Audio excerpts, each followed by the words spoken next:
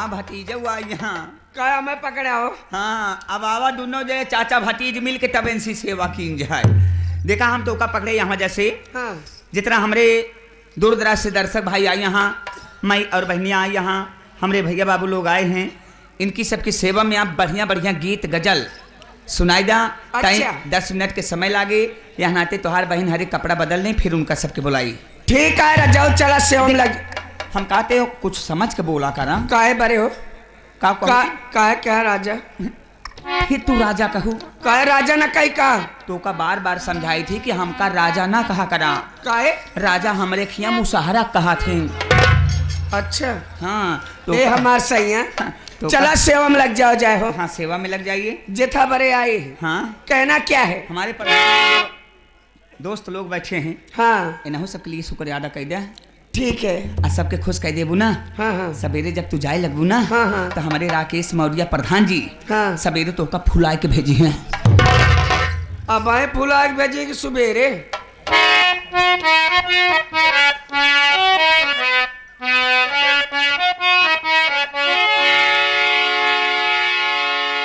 कहना है मास्टर जी कुछ कहने हमका बहुत अच्छा लगा था। तब आज 15 दिन बाद हम नहाबो भय। तब यार तू बहुत अच्छा लगता हुआ। हाँ कहना है क्या कहना है? वो तो हर सुंदर रूप सलोना हे मन के हमरा भावे। वो तो हर सुंदर रूप सलोना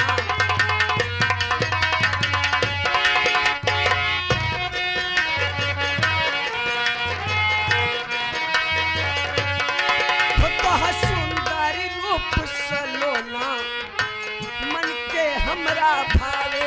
वो करे जादू तो ना नखरा दिल पे कयामत ढावे।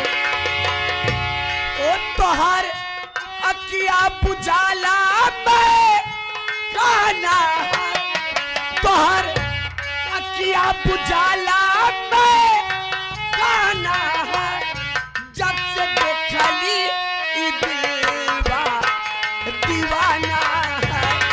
जब से देखली ई दिलवा दीवाना।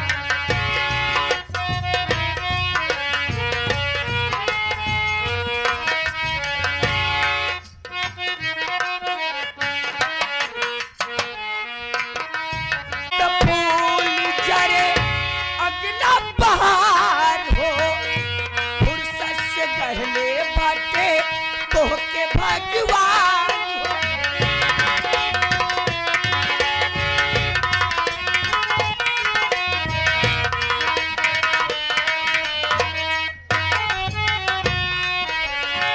हंसला तो फूल जरे अगला बहार हो फुर्सत से गहले बाटे तोहके भगवान हो। वो बहतन मन के खुशबू मन आंगन महकावे।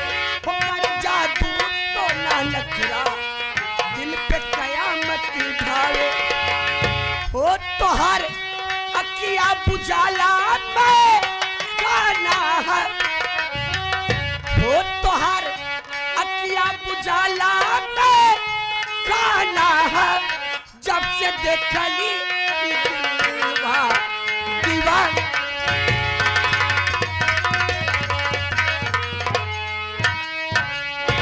अभी अभी फरमाइश पे चलती हूँ। क्या कहना है? क्या कहना है जल्दी कहो, बर्दाश्त नहीं है। पानी भरे जात रहली अरे पटवा इनरवा हो की दाई लेना हो की अरे धाई लेना। हमारे गाँव में कई हो चुनरिया राजा धाई लेना। हमारे चुनरिया होती धाई लेना।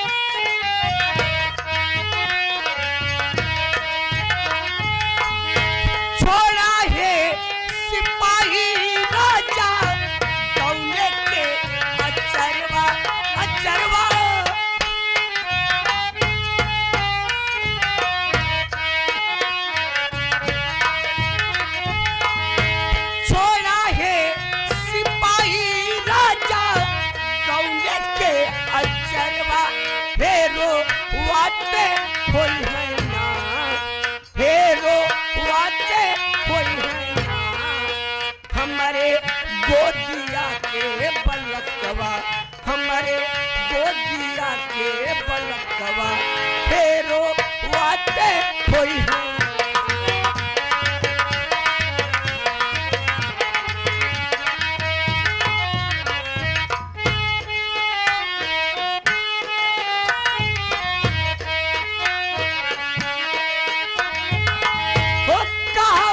से पायू गोरिया ऐसा सुंदर देहिया देहिया